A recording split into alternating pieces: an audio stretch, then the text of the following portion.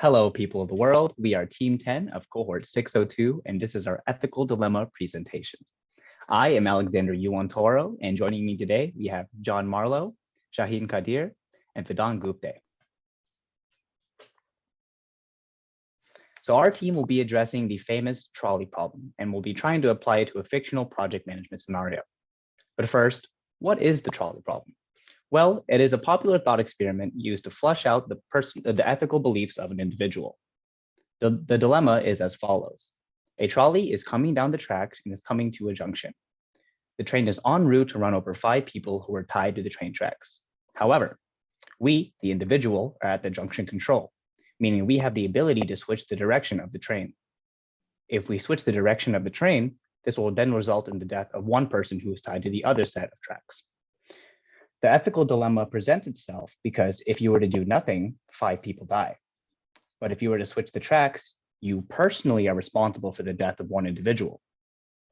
So if you chose to switch the tracks and save 5 people at the cost of personally ending one person's life, you follow a utilitarian approach to ethics, meaning you support decisions that will maximize utility, whatever the cost may be.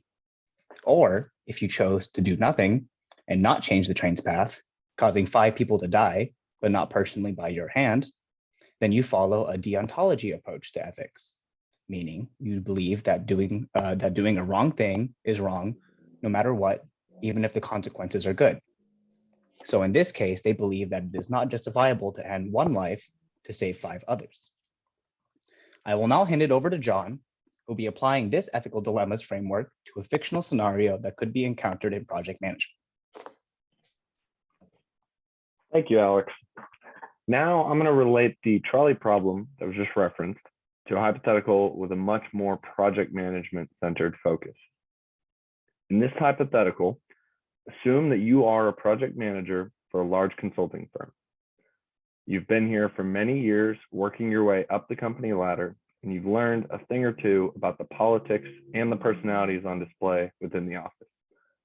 You've just wrapped up a project that your team of 6, including yourself, have been working on for the past 6 months.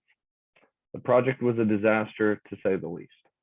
You were 50% over budget, and the project was scheduled for only 3 months. The project operates functionally, but needless to say, your project sponsor, the CEO, is and has been furious. You've worked with this gentleman for 7 years now and understand how he works. He's hot-headed and not especially team-oriented. He comes to your office at the culmination of the project looking for answers. You've seen how he's handled similar situations in the past and know that he is out looking for some people to fire. In the past 3 scenarios, he had fired the entire project management team, excluding the project management, which means that your job should be safe. The only time he did not fire the whole team was when the project manager had chosen a person to, quote, take the fall. You know he is looking for blood, so the choice becomes choose one person to ultimately get fired or have all 5 chosen by the CEO to get the boot. Each team member performed adequately and there's no clear outlier to place the blame on. The choice then becomes yours. I'm now going to pass it off to Fidan. So now I'm going to talk about the first of the 2 choices, which is letting the team take the fall. This could be because you do not want to point fingers at a specific person. Maybe you felt that everyone did their job really well.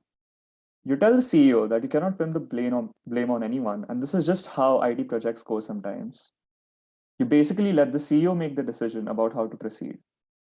In this case, the CEO is analogous to the train that is set on a path, and you're refusing to pull the lever. He's asking you for a scapegoat, and you refuse to hand one to him. However, by doing so, you're endangering the jobs of most of your team. So the question I ask you is, are you being fair, or are you just not making the tough decision of choosing someone to get fired for the sake of your own conscience? I'll now pass it off to Shaheen to explain about the second choice that you could possibly make. Ethically, as a project manager, what would you do in this scenario? Choosing one person to fire? In this case, the team lead? Is that the right decision to make? though he or she is not the only person responsible for the project debacle?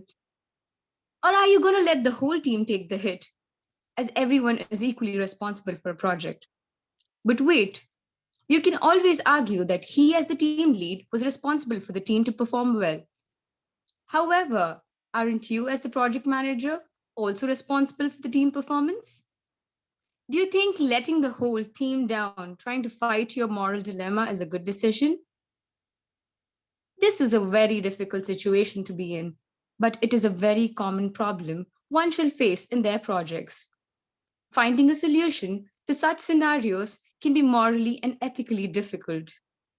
There is no absolute right or wrong here, thus making a decision here becomes extremely difficult.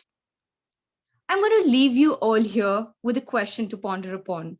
What would you do in this scenario, and how would you justify it? Here are a few references we've used for the presentation. Thank you.